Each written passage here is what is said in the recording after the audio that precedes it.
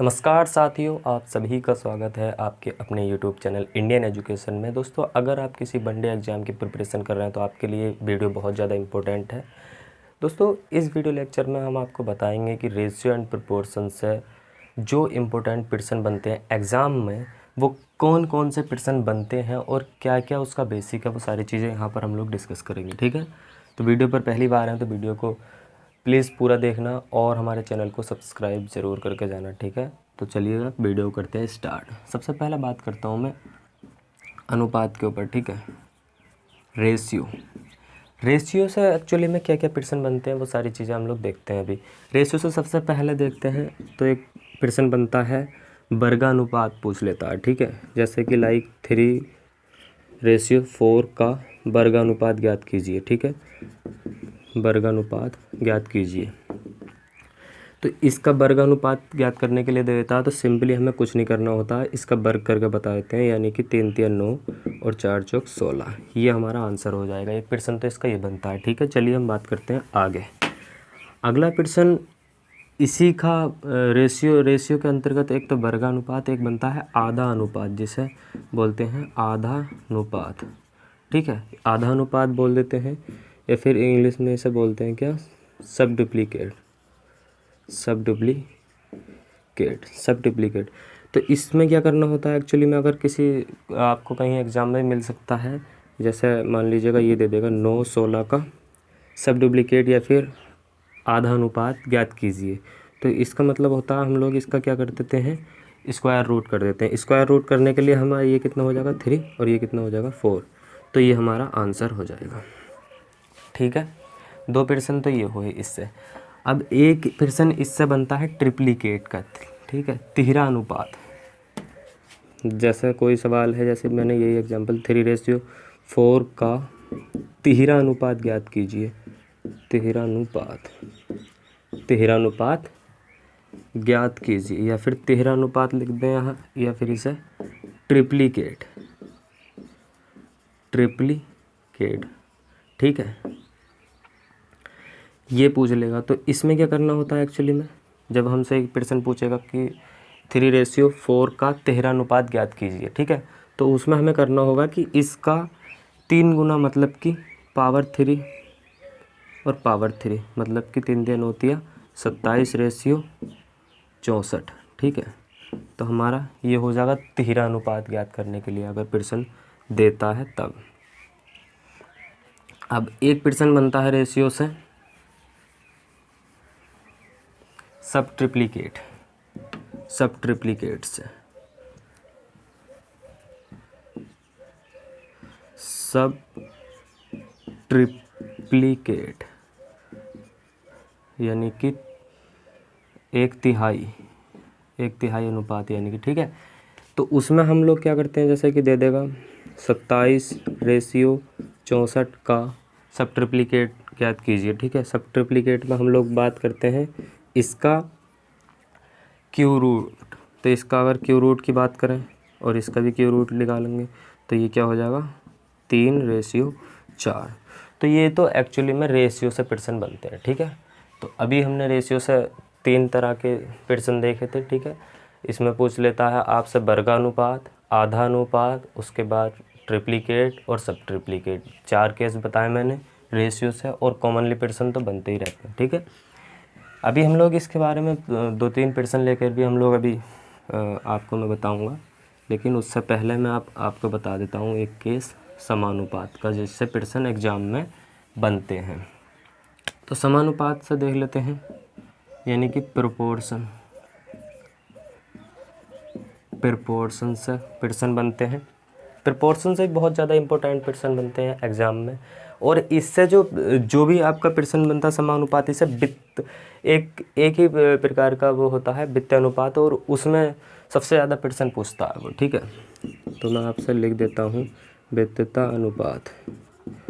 ठीक है, वित्त अनुपात से पर्सन पूछता है। तो इसमें एक्चुअली क्या होता है, देखो एक संख्या होती है वित्त अनुपात में A/B समानुपात B/C, ये इक्वेशन होती है। यहीं से एक्चुअली में पर्सन पूछता है वो, या तो इसका मान दे देगा, इसका मान दे देगा, इसे पूछ लेगा।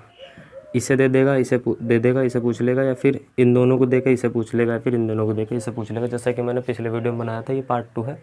रेशियो एंड प्रोपोर्शन का पार्ट 1 जाकर देखना, उसमें अच्छी तरह से और समझ में आ जाएगा। वित्तीय अनुपात का केस बनता है जिसमें ये चीज़ होती है। अब यहाँ से मध्य अनुपात पूछता है तो बी का मान ज्ञात करना पड़ता है हमें मध्य अनुपात में, ठीक है। तृतीय अनुपात पूछ लेगा, चतुर्थ अनुपात पूछ लेगा। तो एक्चुअली में वो सारे प्रश्न इसी कैटेगरी में सॉल्व हो जाते हैं, ठीक है। यहाँ रख के अगर मध्य अनुपात पूछता है तो बी की वैल्यू पूछता है, इसका मान दे रखा होगा, इसका मान दे रखा होगा, ठीक है। अगर तृतीय अनुपात पूछेगा तो ये दे देगा, ये दे देगा, इसे पूछ लेगा, और ये दे देगा, अलग अलग सबके मान, ठीक है। चतुर्थ अनुपात दे देगा तो इसका मान देगा, इसका मान देगा, इसका मान देगा, ये पूछ लेगा। तो वो सारे प्रश्न इससे हो जाते हैं। तो अभी मैंने कुछ प्रश्न लिखे हैं, वो मैं आपके लिए प्रश्न दिखा देता हूँ। ये मैं आपके प्रश्न लिखे हैं मैंने कुछ, और इन प्रश्नों को मैं अभी एक एक करके आपके सामने लगाता हूँ। उसके बाद आपको आपकी स्क्रीन पे दिखते रहेंगे प्रश्न, ठीक है। तो सबसे पहला में एक प्रश्न है ये कि 12, मैं लिख देता हूँ, या तो 12 तथा 18 का तीसरा अनुपात ज्ञात कीजिए, ठीक है। तीसरा अनुपात ज्ञात कीजिए, ये प्रश्न है। तो इसमें तृतीय अनुपात पूछ लिया, ठीक है। मैंने वो आपको क्या बताया था, A/B और B/C। अब इसमें क्या पूछ रहा कि 12 तथा 18 का तृतीय अनुपात ज्ञात कीजिए, ठीक है। इसका मान दे रखा है, A का मान है ये, और ये B का मान है, C का मान पूछ रहा है तृतीय अनुपात, ठीक है। तो अब इसमें हम लोग रख लेते हैं। तो A का मान 12 है तो 12 रख लिया। रेशियो का मतलब बटा हो गया, B का मान 18 है, 18, इसका मतलब इक्वल हो गया। आप नहीं जानते हो तो आप पहला वीडियो देख सकते हैं, उसमें जाकर आप लोग चैनल पे देख सकते हो। B का मान हमारा क्या दे रखा है, 18, 18, इसका मतलब होता है बटे में C का मान हमें एक्चुअली में पूछा है, तो C ऐसे ही रख देते हैं, तृतीय अनुपात पूछा है, ठीक है। अब इसके यहाँ मल्टीप्लाई कर देंगे और ये यहाँ आ जाएगा, मतलब कि आड़ी तिरछी गुणा करके आप लोग ले आ सकते हैं। इसे हम लोग 18 गुणा 18 और बटे में 12, ये हो गया 6 दूनी 12, 6 तिया 18, ठीक है। 2 से 9 बार में कट जाएगा, 9 तिया 27। तो एक्चुअली में जो मान आया 27 इसका मान आया, ठीक है। होपफुली दिख रहा होगा आपको, 27 इसका मान आ गया। तो इसका तृतीय अनुपात का आंसर क्या हो जाएगा, 27। अब अगला सवाल देख लेते हैं।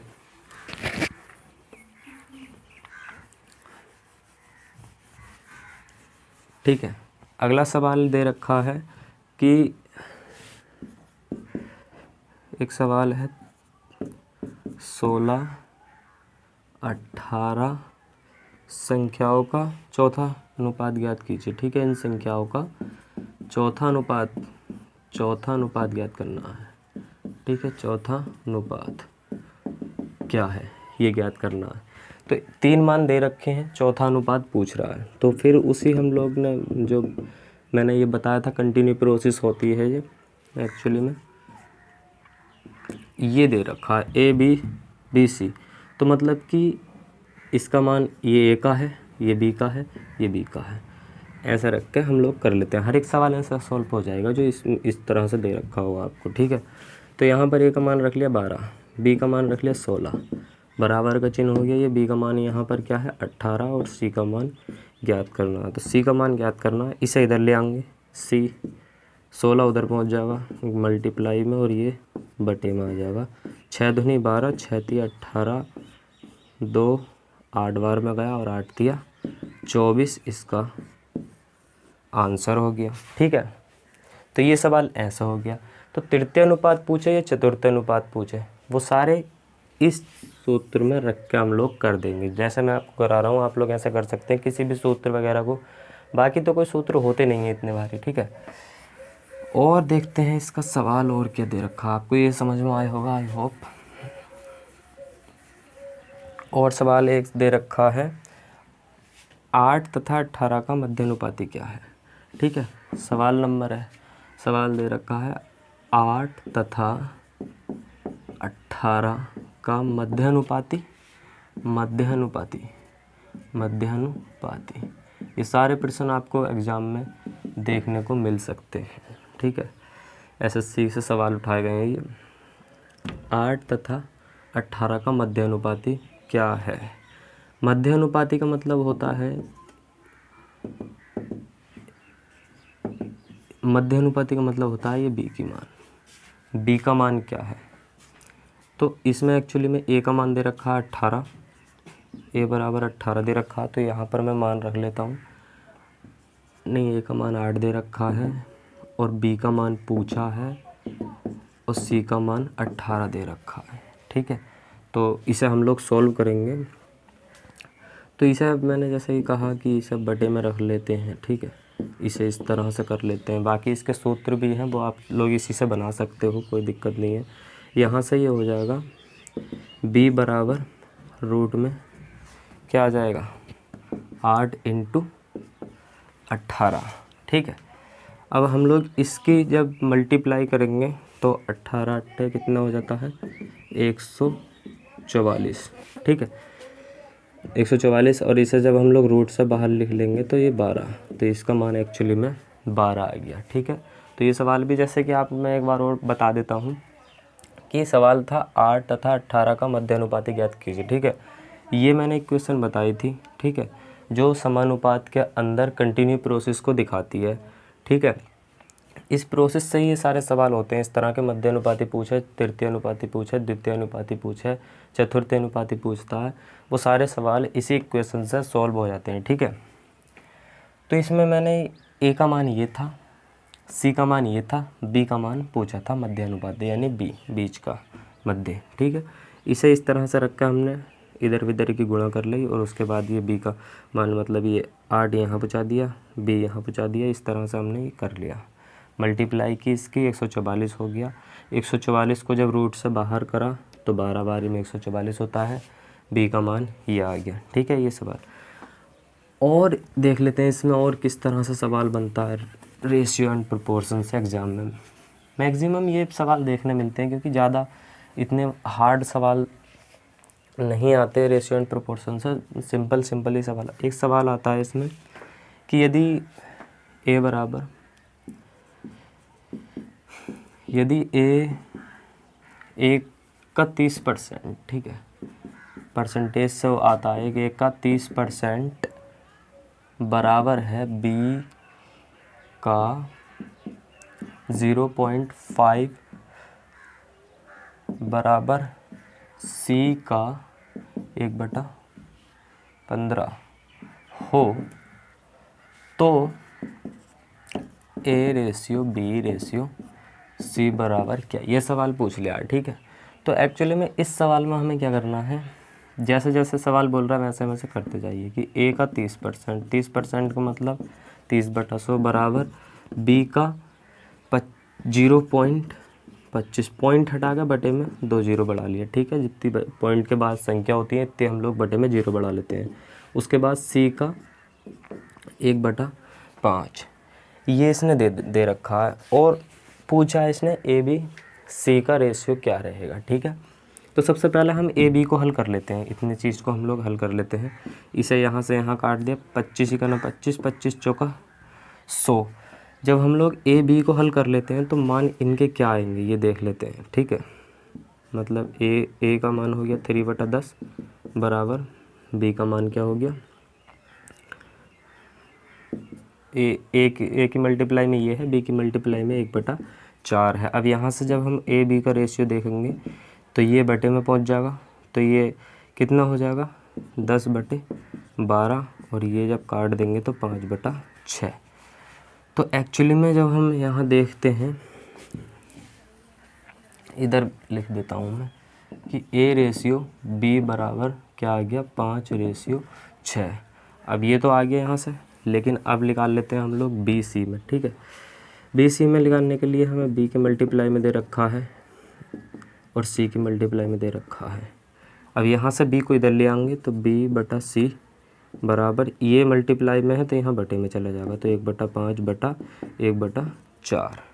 यहाँ से 4 ऊपर आ जाएगा, 5 नीचे चला जाएगा तो 4/5 आ जाएगा। तो b रेशियो c बराबर क्या हो जाएगा 4/5। ठीक है। अब यहाँ से हम लोग ए बी सी के लिए आपको n वाली मल्टीप्लाई पता है, इस तरह से इस तरह से इस तरह से हम लोग मल्टीप्लाई कर लेते हैं। इस तरह से जब हम लोग ए बी और सी को निकालेंगे तो जब हम लोग इस तरह से मल्टीप्लाई 5 चौक 20 हो जाएगा, ठीक है। और इस तरह से करेंगे तो 6 चौक 24 हो जाएगा और 6 पंजे 30 हो जाएगा। ए बी सी का रेशियो ये हो गया, लेकिन रेशियो हम लोग सिंप्लीफाई कर लेते हैं जहाँ तक सिंप्लीफाई हो सकता है। तो 2 से काट लेते हैं, इसे 15 बार में कट जाएगा, 12 बार में कट जाएगा और 10 बार में कट जाएगा। तो जो ये है ये हमारा इस सवाल का आंसर होगा। तो ऐसा सवाल भी एग्ज़ाम में बनता है, लेकिन ये इतना लॉन्ग करके बताया गया, लेकिन आप लोग इसे ऑप्शन की मदद से बहुत जल्दी हो जाते हैं सवाल। एक्चुअली में मैंने जब ये ए बी का मान निकाला था तो ऑप्शन में रख के हम लोग सिंप्लीफाई कर सकते थे। जैसे मैंने ए बी का मान निकाला तो मुझे बी सी की मान निकालने की ज़रूरत नहीं थी, और ऑप्शन देखता मैं कैसे हैं। अब आप लोग देख सकते हैं कि ए बी 5:6 में होगा, तो ए बी 5:6 में है, और बी सी 4:5 में होगा, तो बी सी देख लीजिए ये 4:5 में, 3 चौक 12 3 पंजे 15, तो ये 4:5 में है। ये एक सवाल और कर लेते हैं। सवाल दिया है x बराबर 1/y 1/3y और y बराबर 1/2z, तब x/y/z बराबर क्या होगा।